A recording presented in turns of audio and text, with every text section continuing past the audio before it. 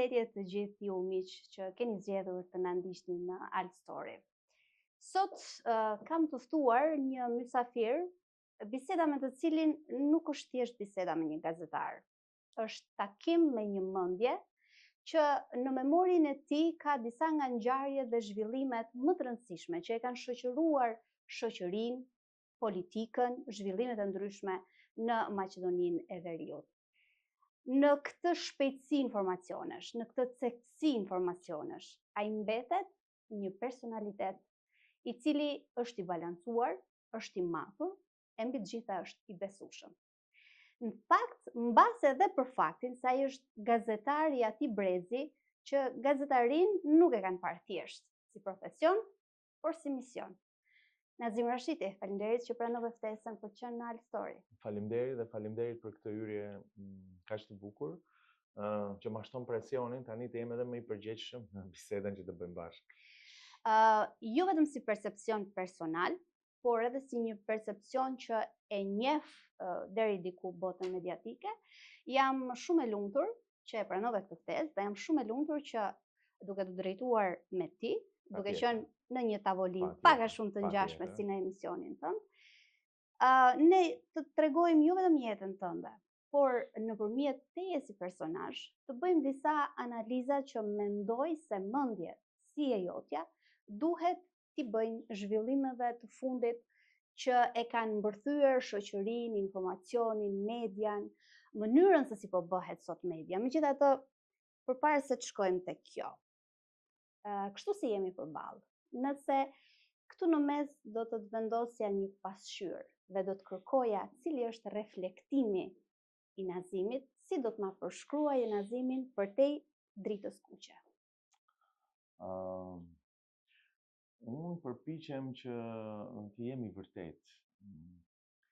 Në kuptimin e asaj siç the edhe ti që në një botë dinamike, ajo që ndoshta mungon më shumë sot marrëdhëniet njerëzore, dhe unë prandaj dua ta theksoj këtë, është një lloj doze më e sinqertë në komunikim.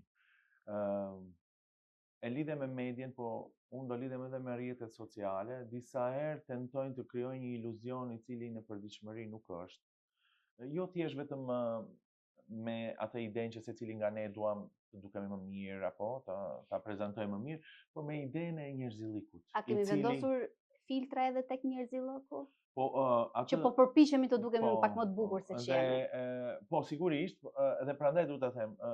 Dhe kur e them këtë, nuk dua të ngjaj tani fake, apo siç thonë të gjithë, ose mendje madhe. Por realisht dinamika e madhe ka bërë që njerëzit disa herë mos të komunikojnë me qiltërsi. Edhe kjo mungon.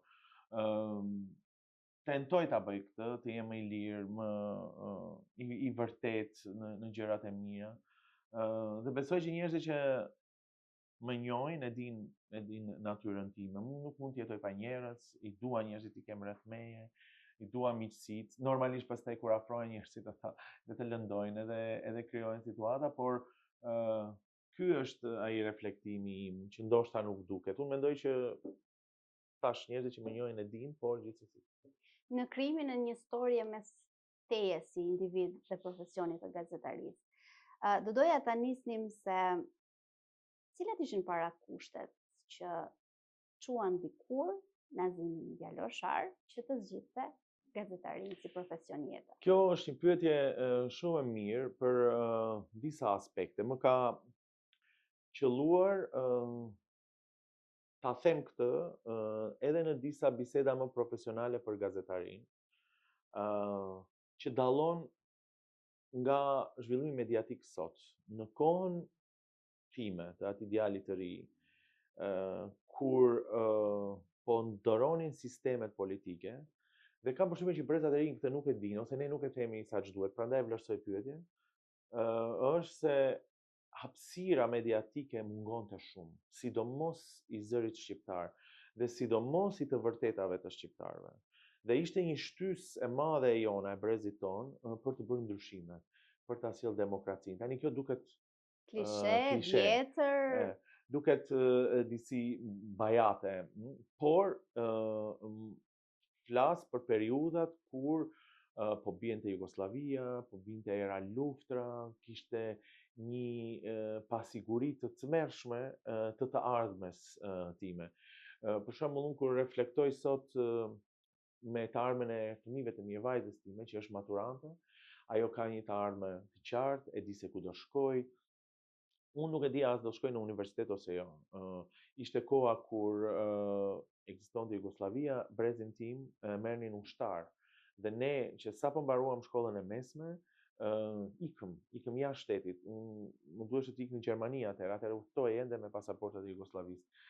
Dhe unë thjesht nuk e dija ku dihet e ardhmja. Nuk kisha asnjë lloj vizioni se çfarë do ndodh. Dhe kjo nevojë për ta shprehur të vërtetën tonë, ato problemet tona politike të kohës, po më shumë një makthi të madh pasigurie për të ardhmen, gazetaria ishte si një mision, siç the edhe ti në fillim. Nuk e dije se ku mund të ishte ardhmja. Jo, nuk e dija. Se u bë Tirana asaj kohe e ardhmja, kur edhe vetë Shqipëria ishte në një tranzicion shumë të madh. Shumë qartë. Unë atëherë Maqedonia shpalli pavarësinë, unë u riktheva në Maqedoni dhe ishte si shqiptar shumë e vështirë të regjistrohesh në universitete. Nuk ishin këto mundësi që janë sot dhe unë nuk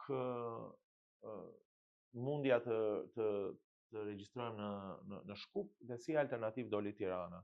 Ajo Tiranë, ajo Shqipëri problematike pas viteve 90, për mua dhe për një brez të tërë ishte shpëtimi. Ne shkuam në Tiranë sepse arritëm të futemi në universitet dhe jam unë dhe gjithë një pjesë shokësh e miq, shoqesh të mia që në fakt na profesionalizoi. Dhe sado sigurisht kur reflektojmë bashkë dhe ti thua po si erdhe në atë Shqipëri që realisht nuk ishte Shqipëria sot, ishte po e varfër, ishte dramatike, ishte një kontrast i madh i Shqipërisë që kishim parë nga televizioni.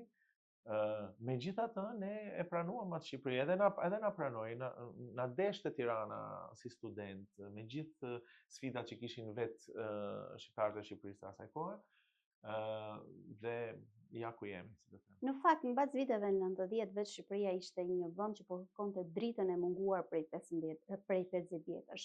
Megjithatë, nëse ka një kredo që duhet ja japim, është pjesa e arsimit, niveli i brezave që kanë nxjerrur në arsim dhe shkolla e gazetarisë ka qenë padyshim një shkollë e fortë, një shkollë që ka formuar.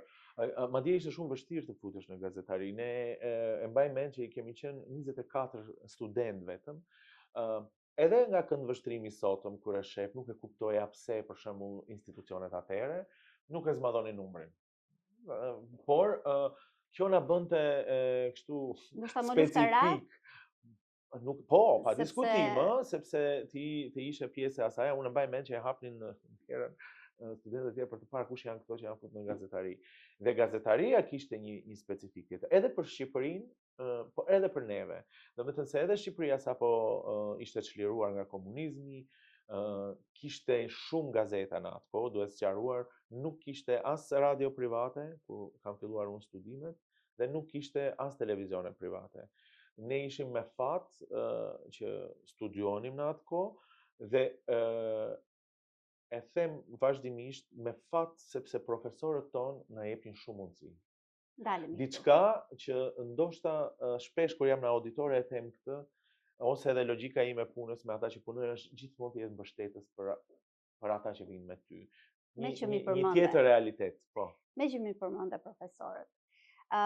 Unë besoj që në jetën e një studenti duhet të ketë patjetër një profesor, 2, 3, po të paktën një duhet jetë që mbamendja e tij në profesion do ta risjell në vëmendje gjatë gjithë jetës. Ndoshta me një postulat, me një këshill, me një qortim, me një kritik, me një notë të keqe, me një nxjerrje jashtë në auditor. Me gjithçka, sepse ma veçon dot një profesor që do të veçoj disa, për shembull se unë këtë doja të thoja, logjika e asaj kohe edhe sot është ne u bëm miq, se edhe për ata ishte një kuriozitet kush janë këto studentë. Mark Markun, komunikoj sot në vazhdimsi, pastaj Lutfi Dervishin, si kam mik, kur e bëra librin ai ishte recenzent i librit tim, ne komunikojmë shpesh. Tani unë nuk dua të tingëlloj keq se nuk i përmend të tjerët, pa Aurel Kasari, për ne ishte një sfidë e madhe si student të japish provimin të Aurelit, sepse ishte një nga profesorët më të spikatur të asaj kohe, Bashkim Gjergji, që ishte shefi i katedrës, edhe gjithë të tjerët, Iris Luarasi, që tani është deputete apo figure e opinioneve. Pra, do më falin profesorët Vali Duka, apo dekania, do me thënë, absolutisht një brez profesorës që ishin shumë ndihmues. Mbaj mend, thashë, është një kontekst krejt tjetër, ku gazetat ishte bumi dhe kishte shumë nevojë për gazetar. Dhe ata vinin na ofronin dhe punë. Dhe fati im ishte që nga viti i dytë, kur unë isha student, unë edhe punonim. Punonim me profesorët tonë. Do me thënë ishte absolutisht mbështetëse, një periudhë shumë krejt tjetër që më ka formsuar shumë më tepër se sa periudha e shkollimit intern në gjimnaz. Çfarë mendon se të ka formsuar më shumë në jetë? Familja, shkollimi, profesioni, puna e përditshme me njerëzit, apo të gjitha bashkë në dimensione të caktuara? Absolutisht të gjitha bashkë. Shiko, ti Fadiona e di, ne jemi komunikator. Nuk janë të gjithë njerëzit të tillë. Ndoshta është prirja personale pak. Unë thash në fillim, ne i du njerëzit, unë i du komunikimet. Dhe kjo në vetvete ka ndikim pastaj. Se sa më shumë njerëz që takon, aq më shumë mëson. Profesionin a jep këtë luks dhe pa diskutim që ka impaktin e madh. Po është edhe dëshira personale. Pa diskutim na kanë formsuar situata dramatike të së kaluar, si ajo që shpjegova në fillim, sepse ajo më ka bërë më liberal, për shembull. Shpesh e përmend, ne jemi rritur në kohën kur politikanët e brezit ton, që ishin më të vjetit, Ibrahim Rugova, do me thënë flas në vitet 90, që i shikonim si ish Jugosllavi, ata flisin për liritë të drejtat e njeriut. Dhe mbi bazën e lirive të drejtave të njeriut, kërkonin të drejtat për shqiptarët, edhe këtu edhe në Kosovë. Dhe ti si brezi asaj kohe, si një njeri, thoshe që janë këtu të drejta, për çfarë flasin këtu? Dhe fillohet të lexosh. Dhe ai mentalitet vazhdon dhe sot. Dhe liberalizmi im, i brezit tim, ose im i personal, këtu buron. Se ti kur i lexon, se sa bazike janë ato të drejta, dhe të cilat nuk mund t'i zgjedhësh pastaj të thush si qarshi kjo më duhet, kjo s'më duhet. Ato duhet t'i pranojmë, duhet t'i jetosh me ato vlera, ti pastaj e reflekton edhe më tej. Pra edhe këto situata dramatike të kohës, që prodhojnë përplasje politike të mëdha, po jo thjesht kush do jetë në qeveri dhe kush jo, po a jeta vdekje, sepse nuk dihesh se ku do jetë fati jon.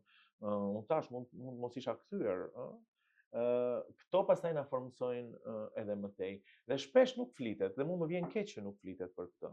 Për shembull, para disa ditësh kisha një përplasje të madhe mes miqësh normal, po mes njerëzve që i njohim, se si perceptojnë shqiptarët e Kosovës, apo shqiptaria, apo ne këtu. Dhe kjo prirja e ndarjes që ne jemi kosovar, për mua është gati absurde, sepse në ato vite ne nuk jetoni me këtë situatë që do i ndajmë në shqiptarët. Ne kishim të njëjtin dramë. Dhe nuk flitet sa ç'duhet, nuk shpjegohet sa ç'duhet.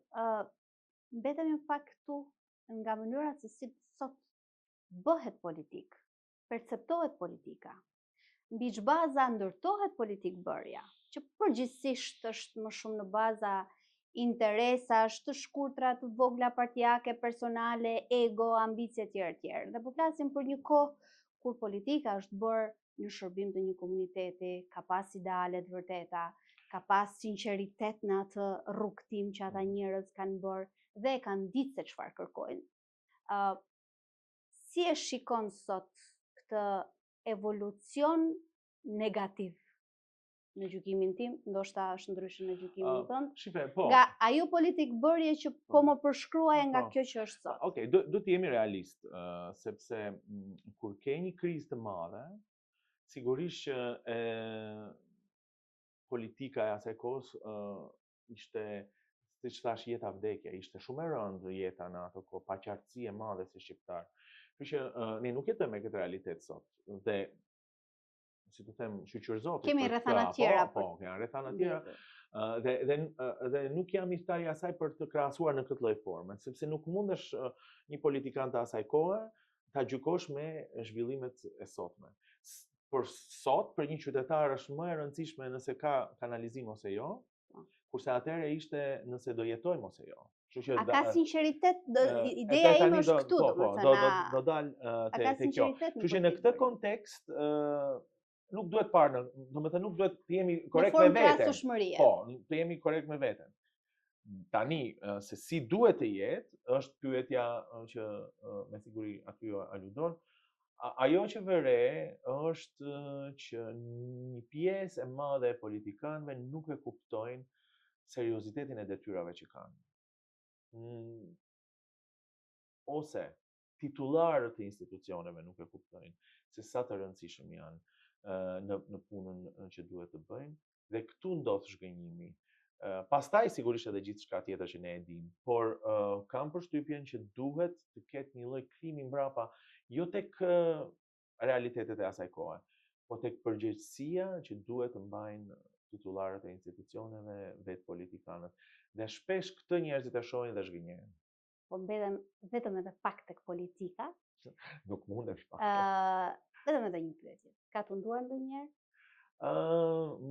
Nuk është që s'ka pas. Ndoshta edhe aje ato çdo ndonjë ofertë. Atë ka tunduar politika në vetë. Po shife, ne gazetaria është një dans me politikën. Pikërisht, prandaj po them. Jo plotësisht, ka pas dhe oferta dikur, vitet e fundit jo, të jemi sinqertë, por jo plotësisht jo, sepse misioni i jon, ne e duam profesionin, jemi pres që e duam gazetarin, është po aq i madh dhe fisnik. Ka një keq kuptim të madh, ose nuk është keq kuptimi për profesionin, po i kohës që jetojmë, ku parsore i vihet pasurimi brenda natës. Si gazetar nuk pasurohesh dot brenda natës, ne jemi gjithë na njohin me një situatë mbi mesatare ndoshta, po sepse aq është kapaciteti, do ta duash profesionin. Dhe tundimet shpesh këtë pyetje ma bëjnë për këtë aspekt. Pse ke mbet në gazetari kur mund të bësh një gjë tjetër? Po profesioni jonë është po aq fisnik, dhe sidomos po merr vlerë dhe do të marr vlerë, për shkak të kakofonisë të madhe që e krijojnë rrjetet sociale dhe iluzionit se çfarë është gazetari. Kështu që fisnik është misioni jonë. Më the që këto kohë të fundit nuk e marr ndonjë ofertë. Do e shqyrtoje nëse do të vinte? Jo, nuk e thash me atë. Isha shumë i sinqert në atë. Jo. Ato që do duan të bëjnë një ofertë të tillë, më mirë ta marrin si jam mirë. Përgjigjet jo. Me që e përmend. Asnjë nuk do të thosh asnjëherë, apo kjo postulat i famshëm, por nuk kam menduar, nuk e mendoj në atë drejtim. Me që i përmendë pak më përpara, do doja një mendim ashtu siç i ke ti racionale dhe të mirë peshuar mbi impaktin që ka sjell sot teknologjia, rrjetet sociale tek gazetaria, ose tek gazetaria e mirë, ose a janë ato gazetari? Apo e dëmtojnë? Shumë mirë. Edin, se kur flet për profesionin, për veten, disa herë je edhe i mërzitshëm për njerëzit, po kam përshtypjen që për hir të situatës që ndodh në rrjetet sociale ka interes për këtë. Kam përshtypjen. Dhe prandaj duhet ta sqarojmë. Domethënë, e para gjë që duhet sqaruar që jo çdo gjë që shkruhet, dhe tani teknologjia lejon secilin të shkruajë diçka, është gazetari.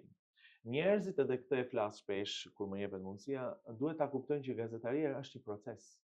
Nuk është thjesht liri shprehjeje. Liria shprehjes është po, ta thuash mendim i lirshëm, sigurisht pa ofenduar tjetrin etj, nuk ka problem. Kurse të jesh gazetar, pa diskutim që të duhet liria shprehjes, pra të jesh në një shoqëri që të jesh i lirë të kërkosh opinione, mendime, por është një proces pune që do të thotë verifikim, që do të thotë komunikim, që do të thotë mbledhje faktesh para se ti publikosh gjërat. Dhe këtu ka një keq kuptim që shumica e njerëzve për shkak të teknologjisë mendojnë që gazetaria është ajo që ne e shkruajmë në Facebook, apo në Twitter, apo në X tani apo në një platformë tjetër. Dhe për shkak se po krijohet një hapësirë ku ka aq shumë informacione dhe të pavërteta, kam përshtypjen që do të ketë një rikthim te kjo gazetaria e verifikuar që njerëzit ta dinë që prit kur del në këtë medje ky informacion është i verifikuar. Ka nevojë për këtë. Dhe ky është hapi i parë që njerëzit duhet ta dinë. Domethënë jo çdo gjë e publikuar sot quhet gazetari. Gazetaria është një proces. Sa ka mbetur realisht forca e kësaj gazetarisë në mirëfillte, televizioneve, e gazetarisë ose e gazetave që me sa di unë të shtypura janë disa janë edhe pak online, po. Sa ka mbetur fuqia e tyre përballë këtij vrulli kaq të madh ku njerëzit priren të kërkojnë një lloj fast foodi mediatik dhe jo të shkojnë drejt kësaj gazetarisë të konfirmuar. Shumë bukur është sfiduese, është domethënë edhe ne si gazetar duhet ta kuptojmë që jetojmë në një kohë të tillë. Nga ana si gazetar, me siguri duhet të reflektojmë në kuptimin se si do ta paketojmë këtë produkt tonin që të jetë më i pranueshëm. Nëse duhet të jetë më i shkurtër, do jetë më i shkurtër, fjala vjen, ëh. Por paketimi por vlerat e gazetarisë kanë qenë dhe janë të njëjta dhe kam përshtypjen që njerëzit e dinë që ose vinë te mediat më tradicionale për të verifikuar atë çfarë kanë parë në rrjetet sociale. Dhe shpesh rrjetet sociale pastaj kanë krijuar atë iluzionin sepse ka faqe të ndryshme që dalin për interesa të caktuara në kohë të caktuara dhe pastaj nuk ekzistojnë më, e dinë më që është një gjë që nuk shkon. Unë për shembull e them gjithmonë, edhe ti e dini, ja do më japësh të drejtën. Ne jemi edhe krenar, duhet ta themi, apo fakti që je gazetar je krenar, je kokfort pakës, je si them egoist në thojza pak. Dhe nuk ka gazetar që ka kaluar procesin e punës që e them unë, që është i gjatë. Qoftë një lajm, një kronik e vogël, 1 minutë sa është një puna e një dite, që një gazetari nuk e vën emrin. Në momentin kur e ke vënë emrin, ti ke dhënë një siguri që në fakt e ke bërë atë punë. Sepse do mbash përgjegjësi, sepse ke vendosur emrin. Eksakt. Po edhe ja, prandaj po them, po bëj kështu një analogji pak më me humor. Egoista, krenar, do ta vë emrin aty. Aty ku nuk ka emra, ku nuk ka redaksi, që nuk tregon ku është adresa, ku gjendet, ku mund të trokasë një njerëz që i ke gabuar, sepse edhe ne jemi të gabueshëm, nuk jemi të pagabueshëm, aty fillon dyshimi se ky gazetari duhet merr me rezervë. Po flasim për gazetarin, për mediat online. Nga ana tjetër është lexuesi, është shikuesi. A kemi ne një krizë sociale për aq kohë sa po e marrim kaq me dëshirë konsumimin e këtij lloji mendimi publik, le të themi. Sepse është krejtësisht e qartë, nëse ti publikon diku një X informacion të një personazhi showbizit që domethënë fisi vet a e njeh a nuk e njeh, dhe në anën tjetër ti nxjerr një shkrim shumë të mirë, shumë të thellë, shumë analitik të një personaliteti të gazetarisë, po të shikosh shikueshmërinë apo lexueshmërinë aq sa mund të konsiderohet e tillë, është e frikshme. A kemi ne një krizë sociale në fakt në shoqëri? Ndoshta kjo ka të bëjë me edukimin, sistemin e edukimit, paralelisht me zhvillimin e teknologjisë që e ka bërë konsumimin e informacionit më të shpejtë. Dhe përgjigjja është diku në mes. Për fat të keq, kjo nuk vlen vetëm për ne, kjo vlen për gjithë Europën. Dhe ne e shohim çfarë krizash të mëdha shoqërore ka në Europë. E pa imagjinueshme për shembull të forcohet krau i djathtë i politikës, ekstrem i djathtë, apo kur e merr parasysh historinë se çfarë i ka sjellë Europës fashizmi, luftrat e tmerrshme që i ka shkaktuar, dhe ti tani ke me lehtësi njerëz në Europë që i kanë jetuar ku e ku më shumë benefitet e lirisë së pas luftës së dytë botërore, ti rikthehen vlerave të cilat janë shkatërruese për njerëzimin. Që do të thotë, edhe ne nuk jemi jashtë këtyre trendeve. Pavarësisht që ekonomia mund mos jetë një lloj, teknologjia na e ka ofruar. Por prandaj them që edukimi ndoshta duhet rishukuar. Dhe në këtë kontekst, shikoni sa është zhvilluar teknologjia, sa shpejt merret informacioni, sa kollaj verifikohen faktet, apo ka tani inteligjenca artificiale dhe të gjitha me radhë, kurse sistemi edukativ është ende i njëjtë. Mua më kujtohet për shembull vajza ime kur ishte e vogël, krijoi një lloj pak kënaqësi për gjeografinë. I thosha unë pse, e kupton gjeografinë duhet ta dish.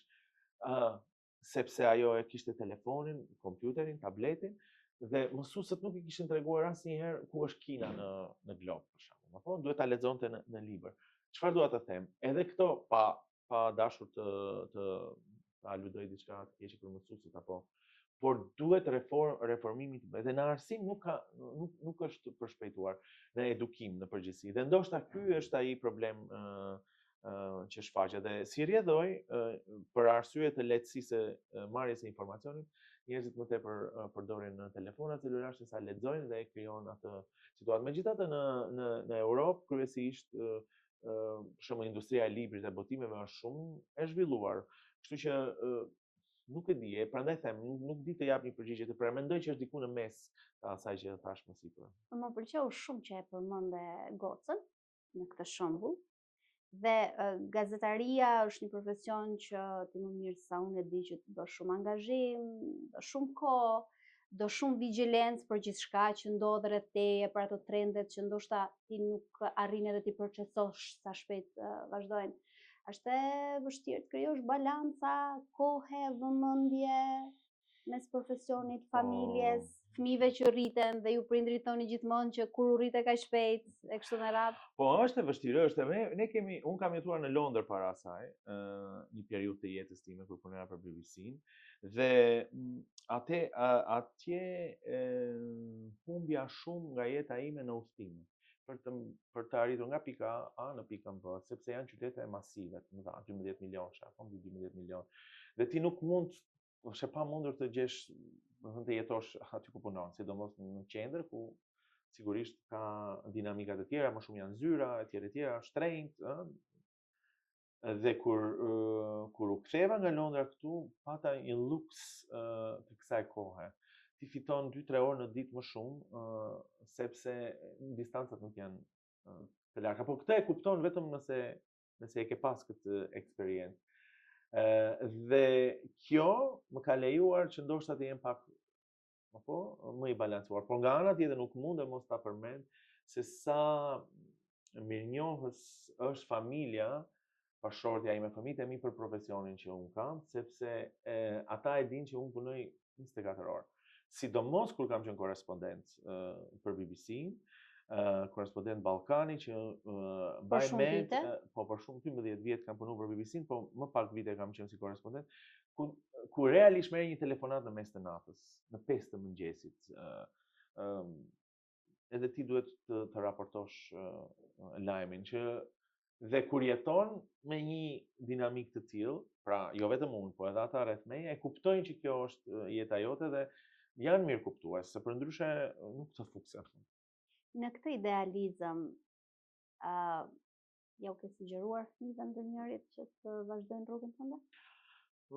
Apo nuk do ta doje, duke njohur edhe anën tjetër të medaljeve që janë unë jam më liberal dhe dua që të vazhdojnë atë që duan dhe të jenë rahat me atë që duan. Nuk e di a gaboj ajo, sepse ka prindër të tjerë që i kanalizojnë fëmijët dhe me të drejtë në profesione që ndoshta janë më trendi apo janë më kërkuese për momentin.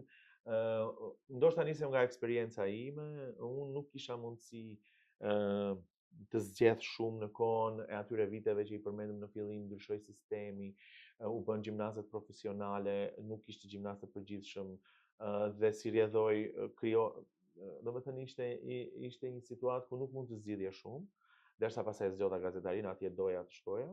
Kështu që jam me idenë që ta zgjedhin vetë. Sigurisht që ti je si orientim si prind, apo për ti kanalizuar ku është më mirë, po i ka zgjedhur Enja është vajza, e ka zgjedhur vetë që e vogël ka qenë e prirur. Djali është më i vogël, mendoj që do ketë edhe më shumë kohë për të vendosur. Në këtë raport me brezat e rinj, le të themi, edhe në auditore, edhe në desk, edhe në ambiente të ndryshme, ku të bie të shohësh gazetar të ri ose aspirant për gazetar të ri. ke arritur në ndonjë konkluzion se a kemi ne një kontingjent të talentuar, që kanë pasionin e duhur, që kanë seriozitetin e duhur, që kanë dëshirën e duhur për këtë profesion? Do them se po, do më thënë duhet parë realisht, jemi vend i vogël. Maqedonia 2 milion, për 2 milion nuk jetojnë këtu. Edhe shqiptarë ndërkohë brenda Maqedonisë janë edhe më pak, që nuk mund të presi që të ketë gazetar shumë në kuptimin si profesionet e tjera, si mësues. Kështu që në këtë këndvështrim, po, ka individ që duan të jenë gazetarë dhe e duan edhe punojnë. Por, paralelisht me këtë, nuk është entuziazmi për profesionin siç ka qenë më herët. Edhe këtë duhet ta theksojmë. Është faktori ekonomik një nga arsyet? Jo, është zhvlerësimi i profesionit kryesisht, sepse shife, njerëzit duan të bëjnë edhe mësuesët ne e dimë që nuk do marrin rroga marramence, edhe një njeri nuk zgjedh mësuesin apo për rrogën, po sepse e duan si profesion. E njëjta gjë është edhe me gazetarët. Por zhvlerësimi i profesionit po, sepse faktori i teknologjisë, kjo ideja që gazetarët bëjnë gjëra jo profesionale, pastaj edhe lloji i punës që ndoshta është më dinamike, e ka bërë të vete, por më tepër është imazhin që e ka humbur gazetaria e mirëfillt për shkak të rrjeteve sociale, për shkak të portaleve jo profesionale. Gjithatë unë vjoj të mbetem asaj që edhe një shpagim i punës me një rrogë që duhet të jetë një lloj motivimi, sepse nuk diskutohet, po nuk flasim tani se kur për shembull nuk ka të ardhur një doktori profesioni ose të një avokati. Duhet të jetë një thirrje, është një thirrje. Kjo nuk do të thotë që duhet të vdesin gazetarë, përkundrazi, pse jo, edhe rrogat të rriten më shumë etj, por realiteti është ky. Nazim, prej disa vitesh bën emisionin tënd. Ke kaluar në atë tryezën kështu përballë siç jemi ne tani, shumë mysafir. Ndoshta nga më të komplikuarit për të intervistuar, nga më të vështirit për t'u nxjerr fjalën nga goja, mbas edhe nga ata që edhe mund të kenë zhgënjur gjatë një interviste që ke pasur pritshmëri të tjera. Sa e vështirë është të mbash kaq shumë vite, kaq shumë kohë një emision që është on top, që ndiqet, që vlerësohet dhe mbi të gjitha të arrish në këtë lloj amullie që e diskutuam deri tani, të ruash nivel, cilësi dhe të identifikohesh për profesionalizëm. Sa është e vështirë. Po nuk e di, është normë për mua, domethënë, edhe the një gjë shumë të bukur në fillim, edhe prandaj më bërë edhe më të përgjegjshëm për bisedën, sepse je i balancuar. Dhe ky balanci është keq kuptuar shumë në kuptimin e konteksteve të sotme. Dhe jesh një gazetar duhet të jesh jo thjesht i balancuar, duhet të jesh fair me të gjithë. Edhe nga ana tjetër është më vështirë kur je asnjanës, sepse atëherë të gjithë ose të sulmojnë në thojza, ose të kritikojnë, ose të ngjisin, si me thënë, etiketa të ndryshme për hir të interesave që kanë. Dhe kjo është pjesa më e vështirë, po me që kam pas fatin ta dëshmoj profesionalizmin me gjithë këto vite, kam përshtypjen që pastaj të gjithë e shohin që është etiketa e punës, etika e punës, më fal. Kështu që kështu do ta kisha përshkruar. Nuk është vështirësia te ajo që ti do ta bësh me korrektësi. Pyetjet e vështira nuk janë, unë gjithmonë e them, nuk duhet t'i ikin, sepse janë mundësi për t'u shpjeguar, se përderisa ata ekzistojnë, përderisa një problem ekziston, ne nuk mund ta fshehim. Përderisa ekziston, thuje, tregoje, domethënë është një mundësi. Sigurisht që njerëz të ndryshëm, kuptuar të ndryshëm e kanë parë të në forma të ndryshme. Dhe në fund të kësaj bisede, për çdo çun dhe gocë që e ka ndjekur këtë intervistë, që aspiron të bëhet gazetar, që ka dëshirë, po ndoshta edhe në ndonjë ide kalimsi i ka shkuar në mendje që mund të bëhem dhe gazetar. Një këshill që duhet ta ketë vëth në vesh për të bërë gazetar i mirë. Po. E para punë është ajo që e thash edhe më herët, që është një lloj misioni. Duhet ta kuptojnë vërtet që është një lloj misioni fisnik. Gazetaria është keq kuptuar sepse kur vihet ose kur shihet si pjesë e interesave, atëherë normalisht i bie vlera. Dhe kjo është, ndoshta edhe me profesionet e tjera, nuk them jo.